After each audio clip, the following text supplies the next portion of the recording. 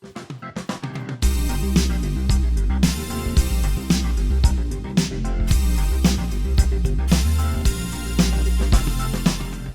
afternoon, everyone. My name is Sharish Chaudhry, and I'm honored to welcome you all to ThinkFest 2026. ThinkFest is a premier 3-day intellectual festival that brings together global thought leaders, scholars, artists, and innovators to engage in transformative discussions, panel sessions, book launches, and creative exhibitions. We thank everyone for being here with us today.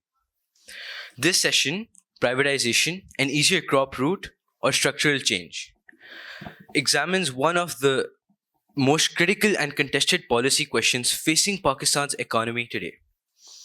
It looks at privatization not merely as a fiscal tool, but as a broader structural reform, questioning whether it offers short term relief or long term transformation in governance, efficiency, and public service delivery. With that, I now have the honor to introduce our distinguished speakers for this session. We are pleased to welcome Muhammad Ali, Chairman of the Privatization Commission, who is at the forefront of shaping and implementing Pakistan's current privatization agenda. Joining him is Naseem Beg from the Arif Habib Group, representing the successful bidders of PIA, bringing a private sector perspective on restructuring, investment, and operational reform. We are also honored to welcome Muhammad Zubair, former chairman of the Privatization Commission, whose experience in public policy and economic reform provides valuable historical and institutional context to today's discussion. Moderating the session is Rahat Konain Hassan, former chairperson of the Competition Commission, a respected expert on market regulation, governance, and competition policy, who will guide this important and timely conversation. We are grateful to have such an experienced and insightful panel with us today. Please join me in welcoming them with a warm round of applause. Thank you.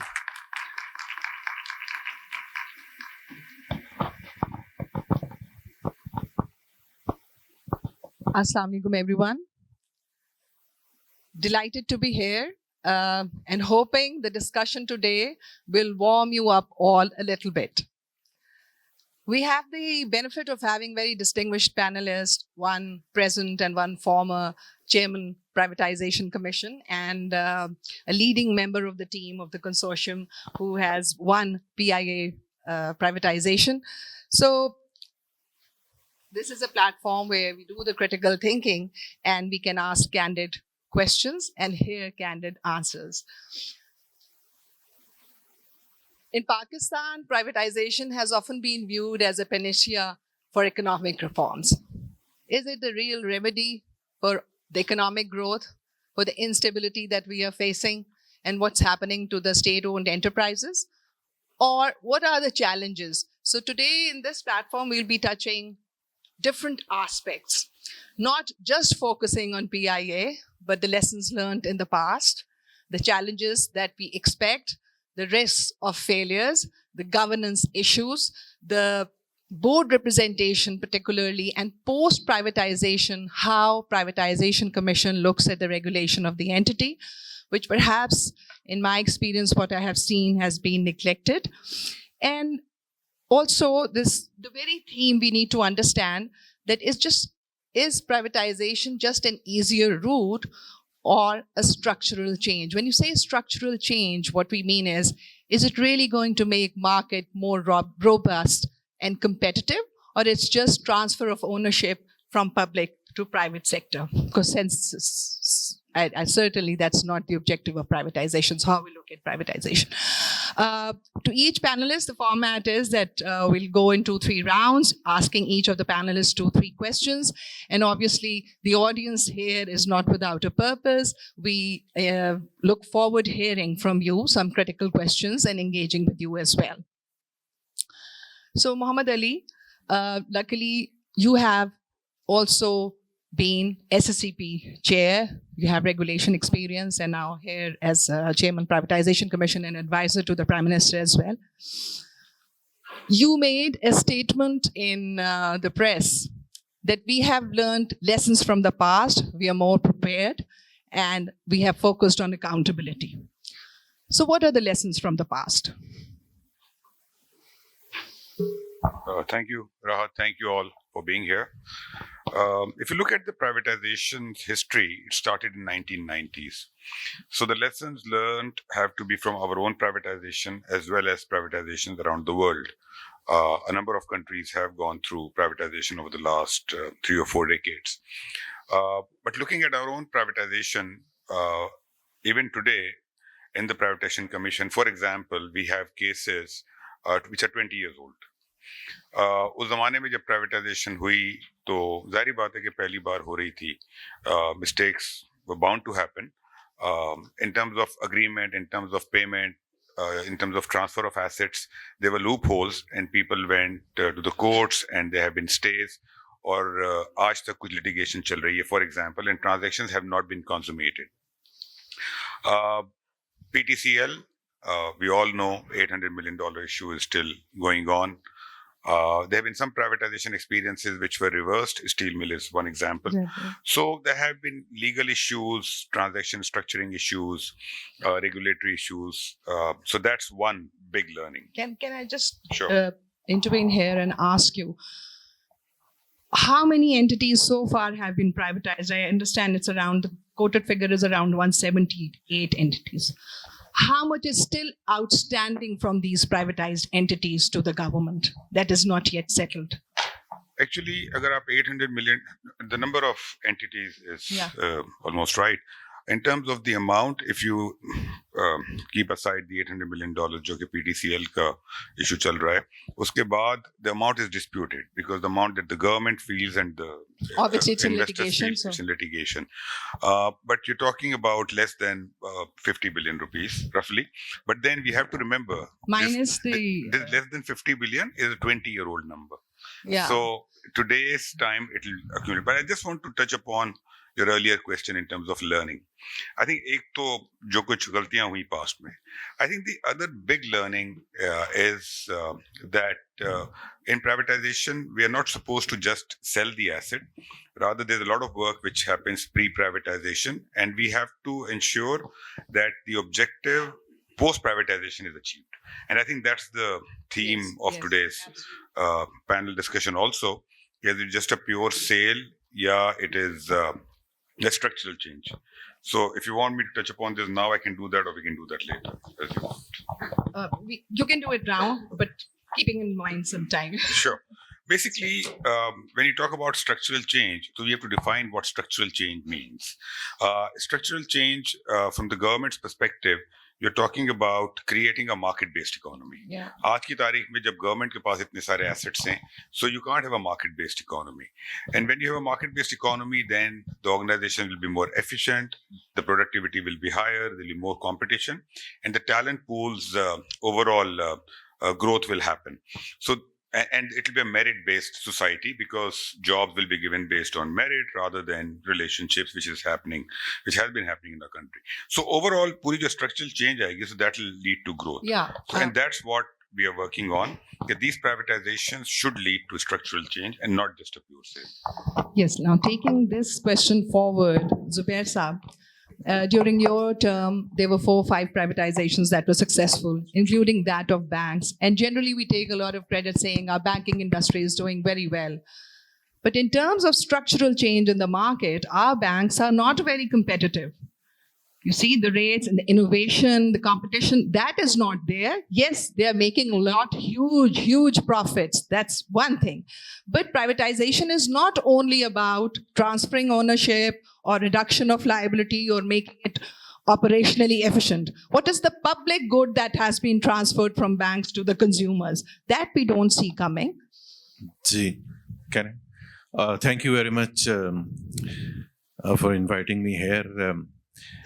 The question I'll try to answer in terms of the banks. I think overall, if you look back to the privatization that have been done over the last few decades. The success story, I would say, are the banks. Yes, that's what we say. Okay. Profitability, obviously, they're making tons and tons of money. But that's not the criteria of judging whether they're successful. It is in the number of services and the quality of services that have improved over the since the nationalization period. The HPL or the pre-privatization period and the HPL of today are two different entities, both in terms of the quality of the management, the quality of the services that are available. What has not happened is, and that those are issues which have nothing to do with the banks which are privatized, is the exit of all major global banks from Pakistan. Yes. All the American banks were here, all the European banks were here, all the Far Eastern banks were here.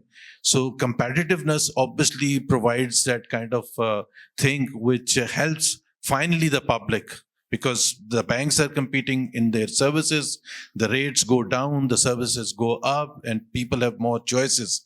Those choices are no more there.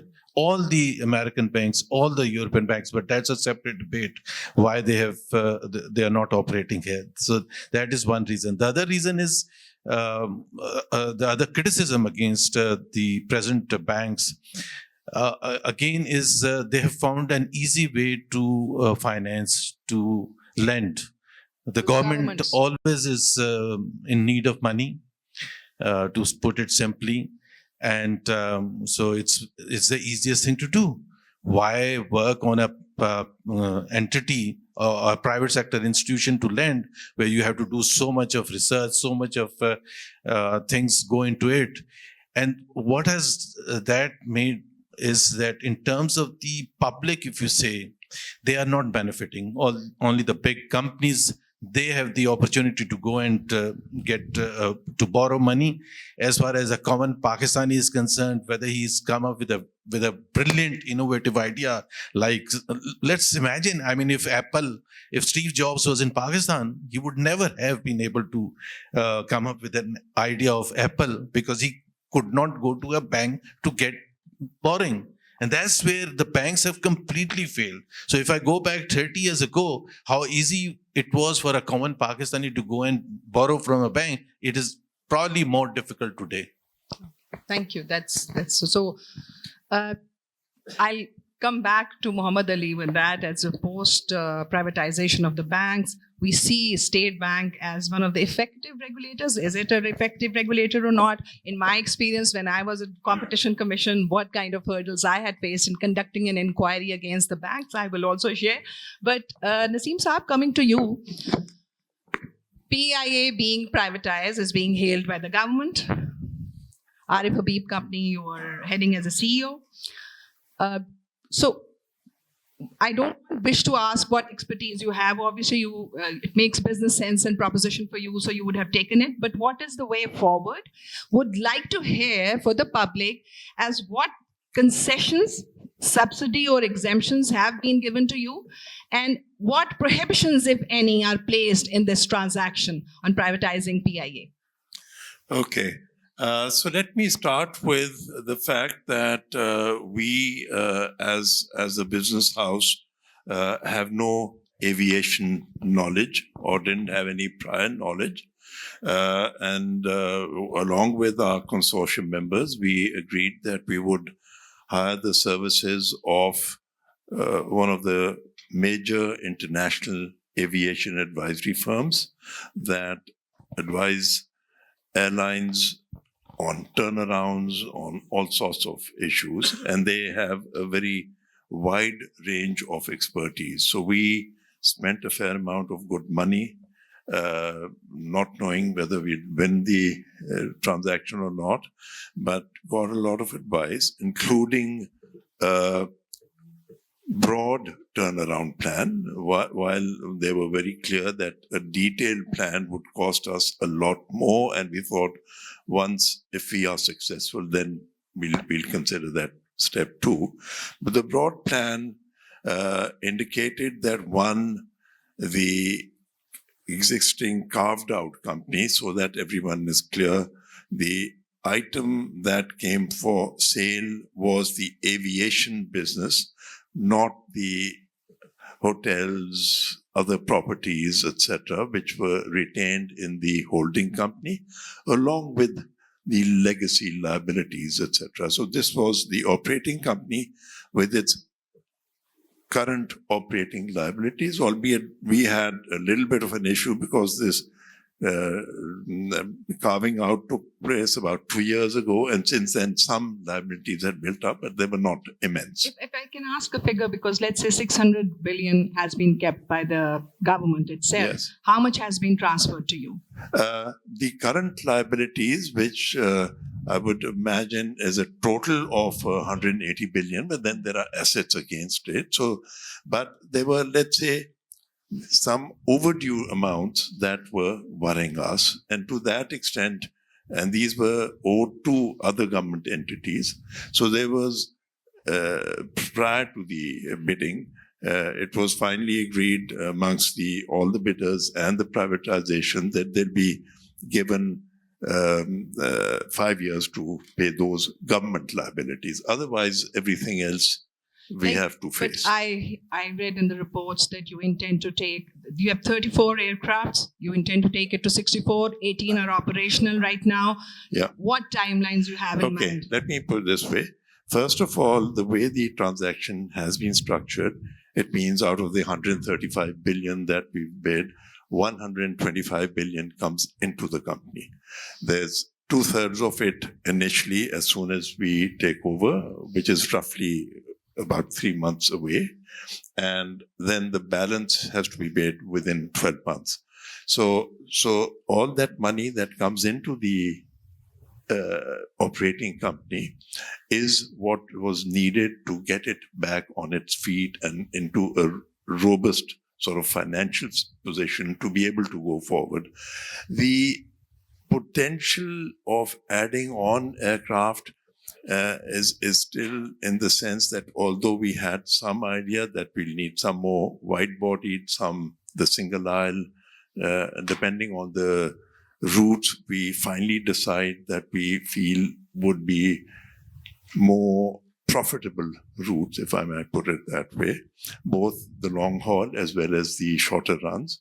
So based on that, the estimate was that anything between 15 to 30 aircraft will be added on, but over time. Let me add, and it can take up to 5 years of the entirety getting there. But just to clarify, the availability of aircraft is extremely tight in the marketplace right now. I understand, but if you look at Delta, the number one airline, they have 1,000 aircrafts. And their ratio to personnel is, I think, each aircraft has 100 personnel. That's 1:100 ratio.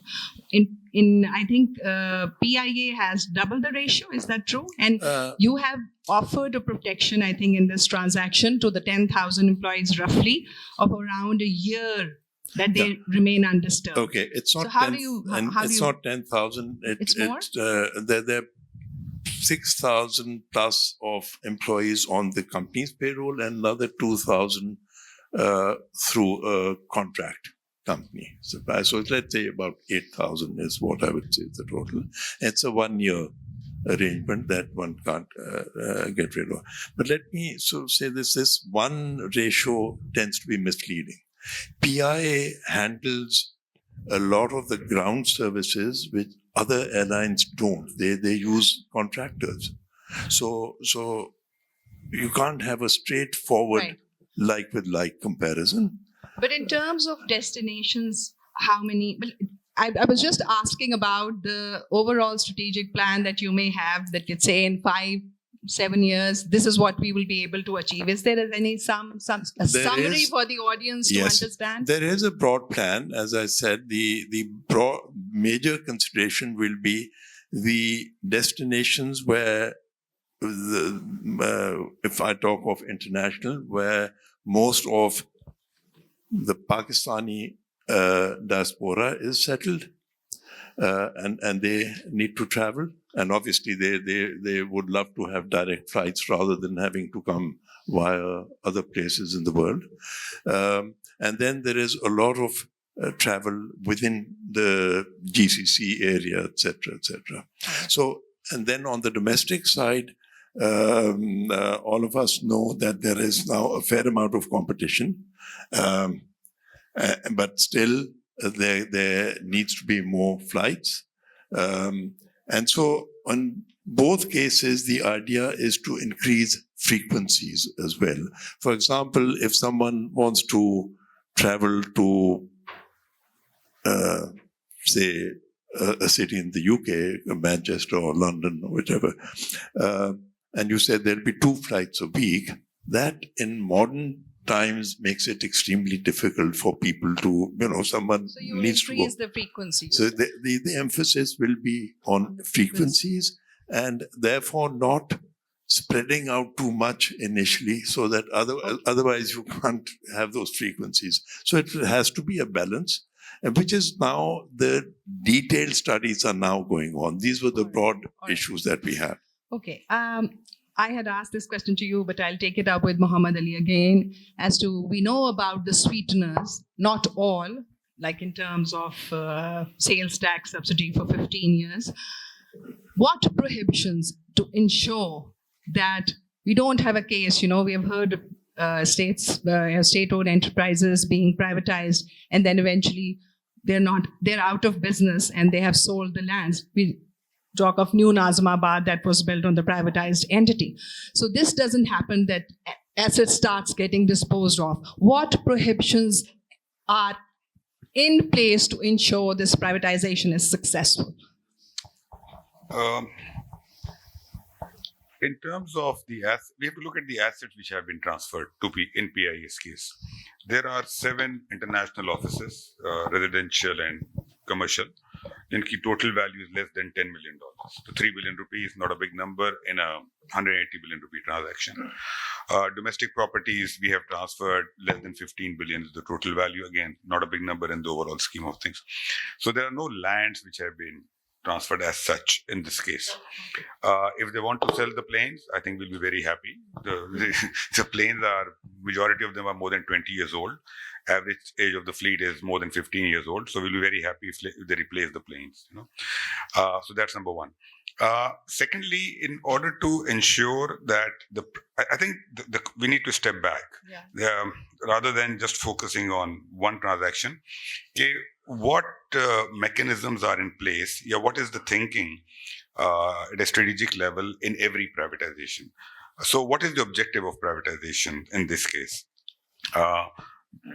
Let me say, let's say there are 5 big objectives. One is whichever entity we are selling, we are trying to revive that entity. If the entity is not revived, we sell it, and if the entity goes bankrupt afterwards, the purpose is not achieved. So entity has to be revived. Secondly, the sector has to grow. If we sell it in a way that the competition is not created, level playing field is not there, somebody gets a monopolistic kind of treatment, then the purpose of privatization is not achieved. So sector has to grow, and that will eventually help in the employment and GDP growth and everything. Third, the consumer service, be it PIA, be it discos, be it railways, number of assets the government has been running over the last so many decades, which have direct impact on the Pakistani and international consumers. So the customer service has to improve.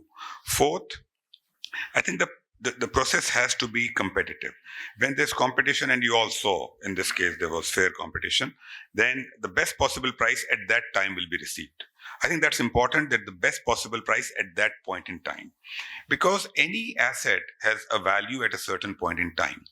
Now, in banks, for example, this question was raised, and I'll come to the 5th, and then I'll go to the banks. It has to be transparent. So in terms of this transaction, the sales tax, there's no subsidy of sales tax. There's no subsidy. In Pakistan, we have been imposing GST on aircraft and engine parts in the past. Fuel thing, No, on the engine. If an airline imports aircraft or parts of the plane, this is GST. No airline imposes that. So airline is a business in which you're not competing only domestically, you're competing regionally, internationally. If we as a country are imposing GST and the Middle Eastern and other countries around the world are not doing that, how will our industry compete? And that is why in Pakistan today, the total number of planes in a country of 240 odd million people is around 50. UAE has 550 planes between the four airlines, Etihad, Emirates, Fly Dubai, Air Arabia. Saudi Arabia, 300 planes. Qatar, 250 planes. So these tax measures have curtailed the growth of this. So what we have done is we have removed the GST from PIA if they import parts, and we have recommended to the government that other airlines should also not be paying Yeah, it. that's So it what has I'm to saying. be. This is the sweetener that has been given, and it's fair. It's understandable that in 15 years they wanted this concession. They have taken off some liabilities. I'm not debating that. My question again remains precisely. I wanted to understand, how do you ensure that this is done? It's just not about becoming profitable.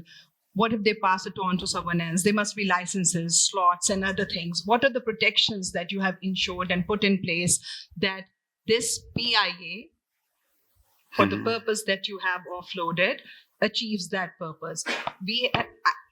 At least it's not in public domain, so that's why I just wanted to understand that if there is anything that you would like to share in that respect. So they have got, what does PIA have besides the planes? They have routes, access to, they have destination landing rights. So tomorrow, if the private sector after purchase, if they feel that some route, a route is not profitable, it's their right to sell it. See, they are putting in $600 odd million to make it profitable. So it should be their decision whether they want to keep a route or not. Absolutely. So what about the public good that an international flag carrier was supposed to provide connectivity to people who are living far off in places? Is that aspect going to be addressed or not? That's just one of the concerns. Obviously, it has to make a business sense, but I was just thinking if there is any protection to that also or not. Because right now you were operating on subsidized. I would question, in an airline business, is it a business in which there's public good or not? I think we need to. If you ask me about utilities, I would say No. I didn't wish to. I just wanted to understand. So we'll move on to the next. I don't want to be stuck here. There's a lot of debate about the sale price when we say 135 billion, and I have listened to your interviews as well, which says no, it's actually 55 because 25% of the equity that has been retained and 10 billion cash that you will get. My question is, how is it a sale price? Isn't it deceptive to call it a sale price? It isn't a sale price. Yeah. No. I'm asking Muhammad Ali if he would like to elaborate on it. And two, the 25% equity that has been retained by you after I think within 1 year period when you pay off the 1/3 and 2/3 payments, whatever are received, within 90 days they will convey to you, and they have they have the right to exercise that option. Why is it? I'm just asking, is it the possibility that you could have retained 25%, paid off your debts of 600 billion from the profits received or not? What happens to the liability that has been retained? Just for general understanding of the public. There were two ways to structure this transaction. We sell PIA as it is, and we ask the investors to put money into it. So we could have structured it in a way that PIA as is valuation they give us, and then they commit to a certain amount of money, because there were two objectives. Government wanted a fair value of the asset, and government wanted to ensure that the money is definitely put into the entity so that PIA is revived. And that was a bigger objective, frankly. Now, structuring a bid on these parameters is difficult, number one. And we wanted to ensure that the bid is such that the government gets its fair valuation and the money goes into the entity also. So just simply, if the value of 25% that we will have is 45 billion after injection of 125 billion into the entity. If that 45 billion is the value of 25%, which means the entire entity is valued 180 billion, yes, and they are putting it 135. If these guys don't put in 125 and don't pay 135, then our valuation is not 45. So what people are saying, 10 billion is the value of 75. If anything is worth, if 75% of anything is worth 10 billion, then 25% of that will not be worth 45 billion. Simple maths. So 10 billion is what we are getting of the total proceeds. 45 billion is the value of shares that we have, number one. So the total we will get is 55 billion. The entity will get 125. Secondly, the 25% that we have, we'll be very happy to keep it. But the bidders wanted a right, especially the Arif Habib group, and we wanted to ensure at least 2 bidders in the ring. And we agreed because end of the day, the government wants to revive PIA. So if they buy this 25%, they will give us 45 billion, and it is their right which they will exercise in the next 90 days. If you allow me, I'd like to just add some clarity to that. So the net book value after revaluing all the assets, etc., the net asset value is roughly 9 billion rupees of the company. So if the government will end up getting 55 billion for that 9 billion, the extra amount that we look at is the earning capacity provided we put the money in. And if we put in 100 rupees, effectively we get shares of worth 75 rupees, and 25 rupees we are putting in on behalf of the government, which is what they will end up owning. Okay, so it's that 25. If I want to buy it back, I have to pay 45 billion rupees for it. Will not indulge into the book value and other things. It's more about yes. One quick addition, जो आपने सवाल पूछा था, कि the money which will come from the sale of 25 billion, yes, that will be used to pay off the debt, part of the debt of 600 billion. Yeah. And the debt is 600 billion. So, Zubair Saab, I'd like to. You've been viewed as a critic of this transaction. So, what are your concerns? पहले तो मैं clarify कर दूं. I was asked why we couldn't do the privatization last year in 2024 and why we did it in 2025. I said the difference is Muhammad Ali. And frankly, so I strongly believe that. I don't want to criticize the minister who's in charge at that time, but I think this is a very professional job, and what it takes to do the whole thing, someone as competent as Muhammad Ali. I am pro-privatization, very much pro-privatization. I was not made the privatization head for no reason. I used to talk about these things much before the 2013 elections when I joined Pakistan Muslim League Nawaz. So I'm a firm believer in privatization, but I think I have certain issues. और मेरा ख्याल है इसको थोड़ा सा none PTV style भी बनाना चाहिए debate को, थोड़ा सा इंटरेस्टिंग भी बनाना चाहिए. I think one reason is the transparency issue, and I'll mention the transparency issue. One is, okay, no one discusses that because people are afraid to discuss the induction of FFC. People are afraid to discuss that. मेरे नज़दीक उस तरह से 25% the way they got into the whole deal was not a normal thing, and it was only done because it was FFC. It wouldn't have been possible for any other entity, a private sector. You mentioned the idea of privatization is to shift, to move from the public sector to the private sector. It is not. They become the largest single owner, shareholder in the new PIA. And because we have a past, we have a history, people do fear that who will really run the show, and the advantage that the Arif Habib group and the others get as a result of FFC being part of the consortium. This will be huge, and to expect that other airlines will be able to compete, no, I don't think so that will be possible. The advantage that they have. So this is the biggest sweetener actually. The sales tax and all other things are, and that does not make it transparent. And it also puts in a question mark about the future privatizations. If this is going to be the trend, then why will it stop anywhere? This is the biggest. As far as the price is concerned, Muhammad Ali is right. I have never been a supporter of what should be the minimum price. The price is what it's offered. You run a competitive process. Whatever is the highest bidder, that is the price in the market. The market determines the price. But for me, 10 billion was the price for 75% shares. You put it in the definition of price is that they got 75% for 10 billion. That's what the price is.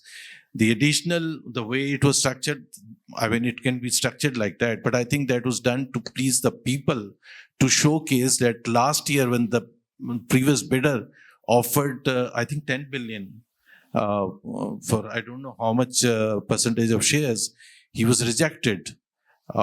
Was he given the same option of 92.5 or 7.5%? No. So that is the question mark that everyone. So I think they came up with this brilliant idea that the remaining amount will be injected, but that is their money.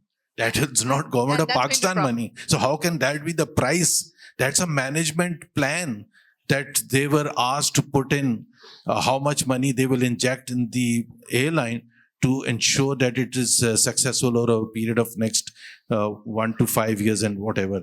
But it's a way of structuring. But to call it a price, I still don't agree that's the price. 135 billion was the price for 75% of the shares. But my real question is my concern. The other concern that I have, I think if I'm not wrong, yesterday I heard that the new chairman of PIE has been appointed. Air marshal or someone.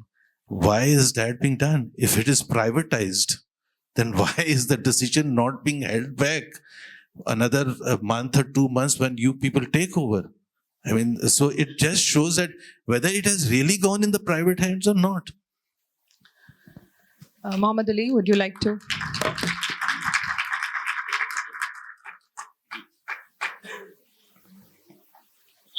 There's one thing I can go back from this panel. One thing I can achieve is to convince Zubair Saab that 10 billion is what the government is receiving, but what are they paying? They are paying 135 billion. And what are they getting? They're getting 75% of PIE.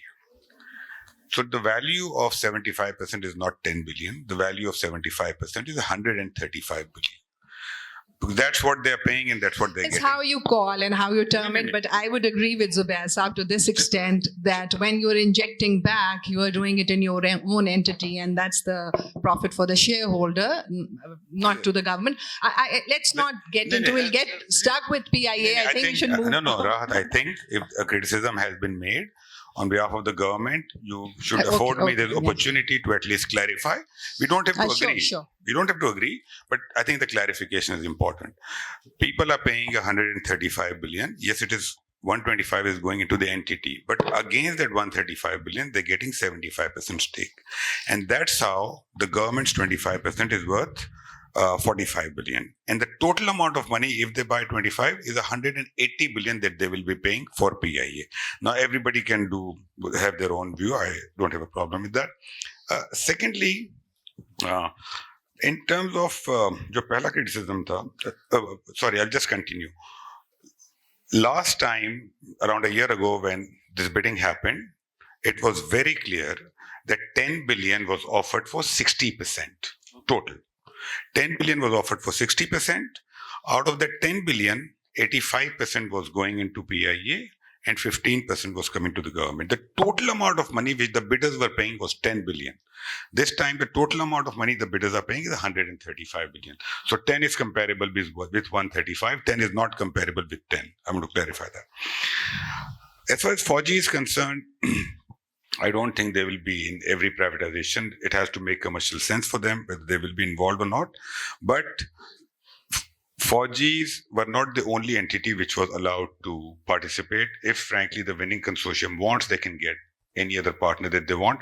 And I feel that if they exercise this 25% option, then they will probably have another investor. But I think that's for Arifin consortium. I think they were the initial winners in the bid, but then you have left it open to the successful bidder that they can add on to parties. But Can I just add? The reason that I wanted was that that you will make sure that such a thing does not happen in future, because there's a background and people obviously raise such questions. Two quick answers if we can get. why are we not getting 800 million from PTCL when we have 3 of the secretaries on the board? And out of 9 directors, we have 4 representatives from the government. What's halting it? 2, what happened in the Kest case? Why it has become Karachi Electric thing? So sorry, K. So what do you think are the major issues there? PTC, we are not involved in the Privatization Commission since I have joined. It is being looked after by the Finance Ministry and. Mohammed Ali, I'd like to intervene. Actually, to my surprise, there is a clear provision in the law, privatization ordinance, which actually empowers you even to make recommendation as to who should be the chairman of the regulator and who should be the members, and the regulatory framework can be offered by you as well. I'm sure you have very wide powers in that. It's not just at the time of privatization. I am sure it can be subsequently also invoked. Agreed. The PTC's privatization was done 20 years ago. I have taken over Privatization Commission 9 months back. So there's a difference. Absolutely. But I'm saying you are so dynamic in your ways, you can address this issue. When I took over the Privatization Commission, the PTC issue was being handled already by a committee, which is headed by the Finance Minister, and I think Deputy Prime Minister is now looking at it. So this matter is already being looked after by them. So when I joined PC, it was no point me getting involved in that. There are other people looking at it. So that work is happening. So I don't have visibility on that. But what I know is there are serious efforts being made to sort that out. And let's hope it is sorted out. Frankly, this is something that will help the privatization also if it is sorted. Karachi Electric, again, it is like sold, so PC has nothing to do with it. But because I was involved in the power sector task force, so I was involved in the tariff which was given in June, and we gave that, and we had recommended a certain tariff, and the regulator looked at it independently. They made some changes and they finalized it. But then there were petitions, there were appeals, and not appeal, but petitions, and the ministry did not agree, and they made presentations to NEPRA. And NEPRA decided to change it. Now there's a stay in the court. I think there has to be some sort of a resolution to that, and the sooner it happens, the better. G, you have an answer to something, and then we move to the audience for the questions. Because when I was privatization head, we were working on that $800 million. I think unlike the perception that has been created that it is Etisalat which is to pay $800 million, the fault lies with the government of Pakistan because there were certain provisions based on which $800 million was to be paid.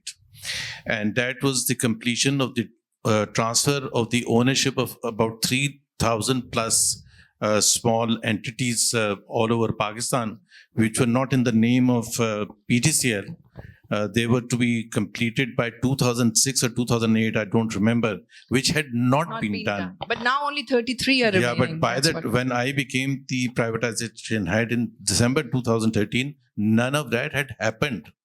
So when we started to pursue this $800 million, then we were reminded that this act had to be completed. So we started doing that, and 3,000 of that was completed. But UAE or Etisalat had a very clear reason that you were to complete. Look at the agreement. The agreement says by January 2008 you were to complete. So we had not completed that. And I think that money will not come. It's better to write it off. Yes, sir, please. I'll just leave it on one note and then come back in the end to them as to what is the cost of privatization. Actually, would we ever fix the liability? We know this had not been rightly done, that has not been rightly done, this is because of this is because of that. We never fix the liability. That's one thing. Now, sir, please. Yes, sir. Is there any issue? Can the mic be given? Ishrat saab ko please de dijiye. Thank you very much for a very enlightened discussion. I agree that the banks since 2017 period have been actually yielding to the fiscal dominance because of the widening deficits of the government. And they are now major financiers of the government deficit. But you cannot actually separate this from the history of the banking. Before 2003, 2004, the interest rates in Pakistan were 21% because the non-performing loans at that time were 25%. Mostly the nationalized commercial banks were giving money to those patron-driven political entities who got the money and then never returned that. That has completely disappeared. The non-performing loans today are 7%, and the provisioning is more than 100%. So there is no risk to the capital. All the financial soundness indicators before privatization and after privatization are highlighted by the IMF as a success story. Third, the previous to the government fiscal dominance, the financial inclusion was only 18%. Yeah. The financial inclusion now, according to the 25 survey, has gone up to 54%. And that is the purpose of the financial intermediation. Finally, we were paying 49 billion rupees as the exchequer's contribution to recapitalization of the loss making of HBL and UBL and ABL. Today, these four banks are contributing 245 billion rupees to the exchequer as corporate income tax. The standard of services, if you go and have a mystery shopping, which we used to find out before nationalization and after nationalization, have completely changed. The digital transactions today are only 78 to 80%. You don't have to go to a bank branch in order to carry out. So the convenience to the customer has also increased. Where they have lacked, in my view, is that from 17% contribution to the SMEs, 6% to the agriculture, and 7% to low-cost housing and mortgage financing, and they have gone down in that stream. And that is their weakness of the. So we have to have a balanced view rather than have a sweeping generalizations Not at all. about the whole banking transaction. Absolutely, you're right. Absolutely right. These are the fundamentals. Tasab, जी thank you देखें ये इसकी value ना 180 billion थी ना 10 है 55 value है मतलब 55 billion is the value of BIA वो तो ये खुद कहते अच्छा but I will just say this I have to ask one question of Mohammad Zubair and one question of Muhammad Ali, but before that let me just say something about PTCL because I know a little bit about it. PTCL के अंदर government of Pakistan did 90% of value of the properties transferred कर दी but the company, the Etisalat is actually playing very, hardball. What they're saying is कि आज की जो 10 company आपने नहीं दी इसकी 60 रुपए का डॉलर के हिसाब से करो. So they are being, unfair. And 25% की इनकी ownership है, but they are transferring 20% management fee. And the government is not agreed and state bank के भी मसले हैं. So this is a negotiation. It's not all our fault. I mean, ठीक है, when you invest in Pakistan, stuff happens. This is the reason why Naseem Beg Saab actually became partners with Fauji Foundation Fauji Fertilizer, because Muhammad Ali आ जाए कल नहीं है, शहबाज शरीफ आ जाए कल नहीं है, पता नहीं कौन आ जाएगा, लेकिन Fauji Fertilizer है. So ये इंश्योरेंस फी है, and I don't blame him. इतना बड़ा एसेट अगर आप पाकिस्तान में लेते हैं, I tell you this very honestly, I congratulated Naseem Beg Saab, Arif Habib Saab on getting PIA, but I also called Muhammad Ali Tappa and congratulated him कि अल्लाह ने तेरे को शायद बचा ही लिया है. So this is not a cakewalk, I swear to you, because I've also served as a director of PIA. And एक दिन ये जो नेस्ले के चेयरमैन थे यावर अली साहब, and I सुबह 9 से शाम के 5 बजे तक बैठे. And as we were leaving, I said to यावर अली साहब कि शाह साहब मैंने सारी जिंदगी बैलेंस शीट देखी है, and मैंने this is what I do. मुझे 8 घंटे बाद समझ में नहीं आई कि PIA नुकसान क्यों कर रहा है. Seriously, PIA in Muslim League Noon's time 21 जहाज से 33 जहाज हो गए और इनका टोटल रेवेन्यू गिर गया था. So अब सवाल मेरा मोहम्मद जुबैर से और मोहम्मद अली से है कि लास्ट ईयर भी ये पीएमएलएन की हुकूमत फेल हुई प्राइवेटाइजेशन करने में, और एक जमाने में जुबैर साहब आप भी फेल हो गए प्राइवेटाइजेशन करने में। तो आप दोनों जरा वजह बताएंगे कि पिछले साल क्यों फेल हुआ था मोहम्मद अली? क्या कुछ वैल्यूएशन में मसले थे, क्या मसले थे? क्योंकि उस वक्त तो आपने कह दिया कि वो फवाद हसन फवाद गलत कंपनी लेकर आया था, लेकिन वही कंपनी फिर आपने भी रख ली, जो एडवाइजर था। तो एडवाइजर तो वही रखा था ना आपने, जो ठीक है। सो पिछले साल क्यों फेल हुए थे, और जुबैर साहब आप बताइए कि इस आप क्यों फेल हुए? नहीं जवाब, क्योंकि मेरा ज्यादा इंटरेस्टिंग जवाब है। मेरा जवाब, क्योंकि I was there for 3 years and I think मुझे पैशन भी था, और उस वक्त के जो प्राइम मिनिस्टर थे नवाज शरीफ, ही was more passionate about privatization. Just to remind the audience, 1990 में प्राइवेटाइजेशन का प्रोसेस जो स्टार्ट हुआ था when Mian Nawaz Sharif became the prime minister first time. And we did those capital market transactions pretty well and pretty fast. But at the same time, we had started within a month of my appointment identifying about 25-30, or in fact 40 entities. उनको active list में डाला, which meant that they would be privatized over a period of 2-3 years. इतना time लगता था। उस वक्त के privatization का ordinance ज़्यादा सख्त था compared to today. The requirements were far more. तो उस वक्त हमने किया था, all the 9 discos were on the active list, PIA, steel mill, and so on. So we decided politically also, because privatization is very very politicized topic. तो हमने उस वक्त decide किया था कि सबसे पहले आगे हम रखेंगे PIA, steel mill, और among the discos FASCO, ताकि ये एक सिंबल होगा, बड़े हाथी कहलाते हैं, ये एक दफा हो जाएंगे, बाकी सब गिर जाएंगे। और अगर पॉलिटिकली हम जीत गए इस पर अपने राइवल्स, उसका की 2 मेजर पॉलिटिकल ऑपोजिशन पार्टीज थी, Tehreek Insaf and PPP, both were anti privatization. और आजकल की तरह की एंटी प्राइवेटाइजेशन नहीं, हड़ताल करवा दी जाके और वहाँ हंगामा करवा दिया, बंद करवा दिया। PIA was non operational for at least 2 weeks or so. In fact, strikes में 2 उनके employees शहीद हो गए थे। But the government took a U-turn in October 2015 when we were at the last stage. And I'll remind Mr. Miftah Ismail, उन्होंने मासूमियत से सवाल पूछा, तो अब मैं उसी मासूमियत से जवाब भी दूंगा। हम लास्ट मीटिंग में थे, रोड शो करके आए थे स्टील मिल का।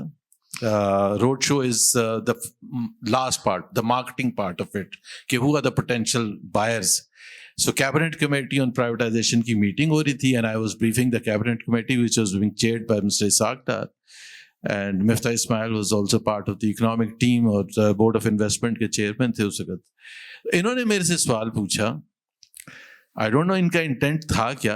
इन्होंने मेरे से सवाल पूछा, ये 100 बिलियन की बिक जाएगी?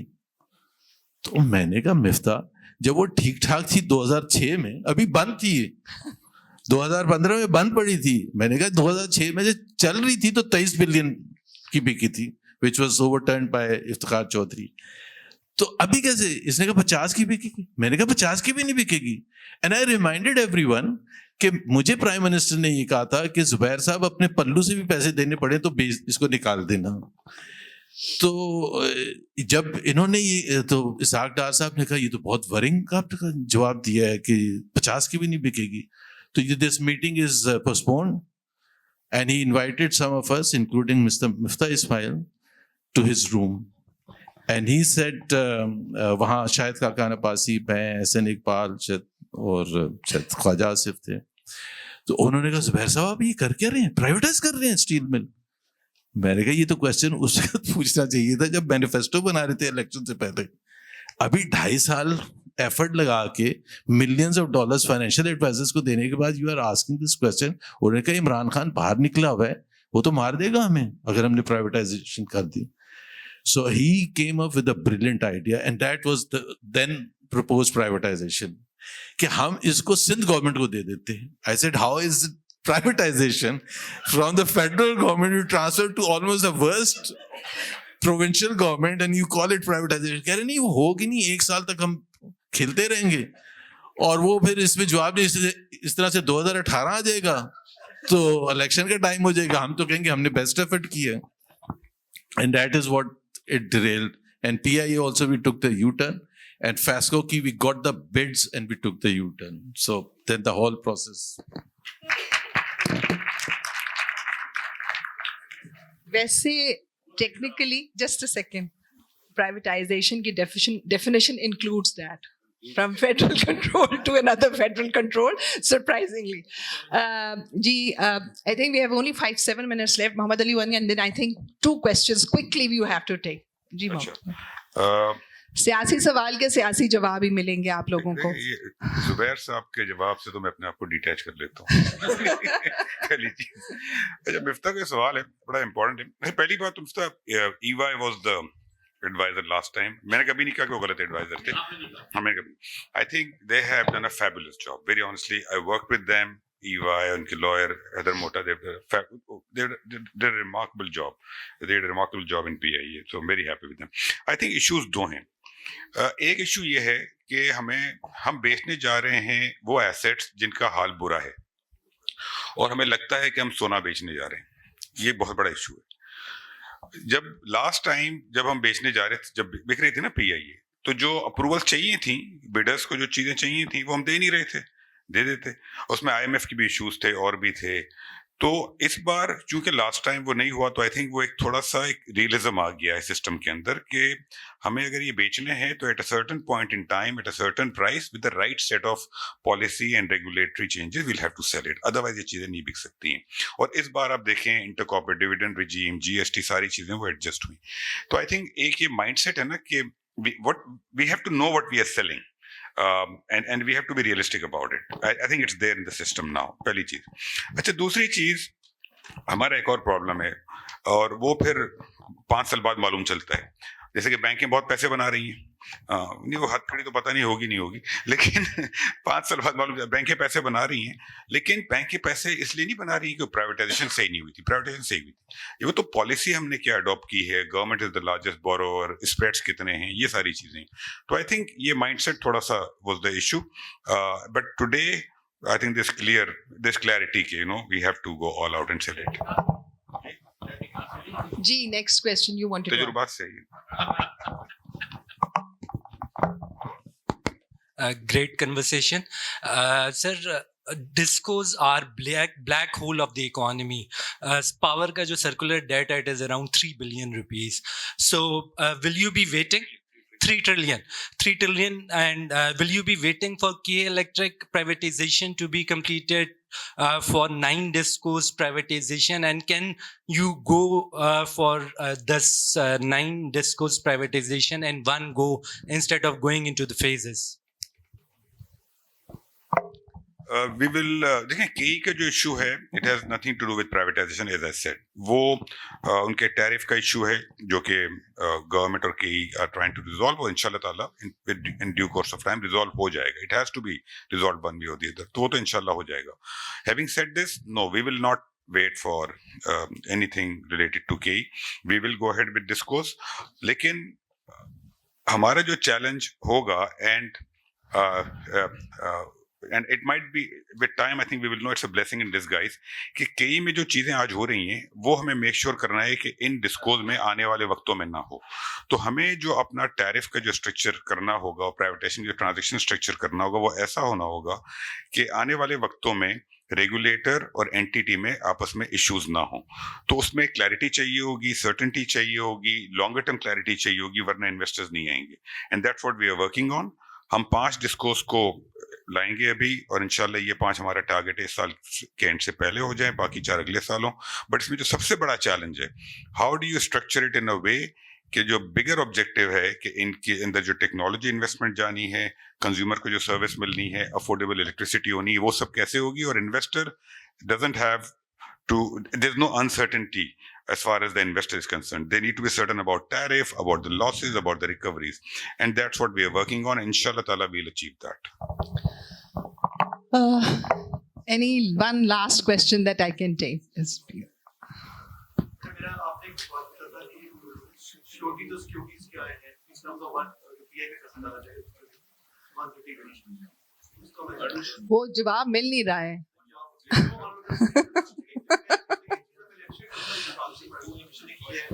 ये मामले से और जिस जो अच्छा, पहले तो सर मैं अप्रिशिएट करूंगा ये जो ट्रांजैक्शन प्राइवेटाइजेशन कमीशन ने की, ये मामूलस है, और जिस तरह जो कंसोर्शियम ग्रुप है और ये वर्थ है और इंशाल्लाह ही चला लेगा, जिस तरह के लोग हैं। I am also chartered accountant by profession and I follow the things. मेरा एक सवाल है कि जो 130 बिलियन की इन्वेस्टमेंट है फ्यूचर में होनी है, उसकी श्योरिटी क्या है, और अगर वो नहीं होती तो क्या होगा? दूसरा सर, जब आपने कहा कि पीटीसीएल को प्राइवेटाइजेशन नहीं देख रहा, और के इलेक्ट्रिक के अंदर आपने बड़ा अच्छा किया कि हम लर्न करेंगे इन चीज़ों को, तो मेरा एज अ इंडिविजुअल सिटीजन ये है कि प्राइवेटाइजेशन का रोल बड़ा कंसिस्टेंट होना चाहिए स्ट्रक्चरल चेंजेस के, जैसे आज हम बात कर रहे हैं कि फ्यूचर में प्राइवेटाइजेशन फॉलो करे ट्रांजेक्शंस को, ताकि वो जो एंड रिजल्ट हम अचीव करना चाहते हैं वो अचीव हो। ये सब दो चीजें। Thank you sir. I'll answer the second question first. Once something is privatized, उसके बाद privatization commission तो उसको नहीं कर सकता. We have the government ministries and regulators, उनका काम होता है. Secondly, going back to the first question, Naseem Baig साहब बैठे हुए हैं यहाँ पर, पूरे पैसे देंगे इंशाल्लाह। तो इसमें हमने श्योरिटी क्या रखी है ऑन सीरियस नोट, कि इसका जब हैंड ओवर टेक ओवर होगा इंशाल्लाह 3 माह के बाद, तो गवर्नमेंट ये टोटल 93 बिलियन की पेमेंट करेंगे, और इनको 2/3 ऑफ द कंपनी के शेयर इशू होंगे, 1/3 इनको इशू नहीं होंगे। लेकिन चूंकि 1/3 की भी पेमेंट नहीं आई है, तो जो पेमेंट करेंगे 93 बिलियन, ये तमाम शेयर्स हमारे पास सिक्योरिटी रहेंगे। शेयर्स इनको हम नहीं देंगे, पहली बात। सेकेंडली, जो बैलेंस पेमेंट है इसका 25% की ये बैंक गारंटी में देंगे और प्रॉमिसरी नोट देंगे। तो we have enough mechanism in place. Chairman, actually, I'm not aware कि chairman क्या चीज़। One good thing that has happened in Privatization Commission recently, Muhammad Ali, I was just reading in the decisions of the Privatization Commission board, that all government officers will be transferred back who are in deputation, and you will have professionals hired at Privatization Commission. Is that true? हमारे पास fortunately already private sector से काफी लोग होते हैं, but कुछ government के लोग भी होते हैं, because we have to deal with various ministries and all. तो आई थिंक जो परसेंटेज होगी it will be tilted more towards the private sector. All right. Thank you. Sorry, I've been shown time up. I could not sum it up, but I hope this was a fruitful and interactive discussion that we everyone enjoyed. Thanks a lot.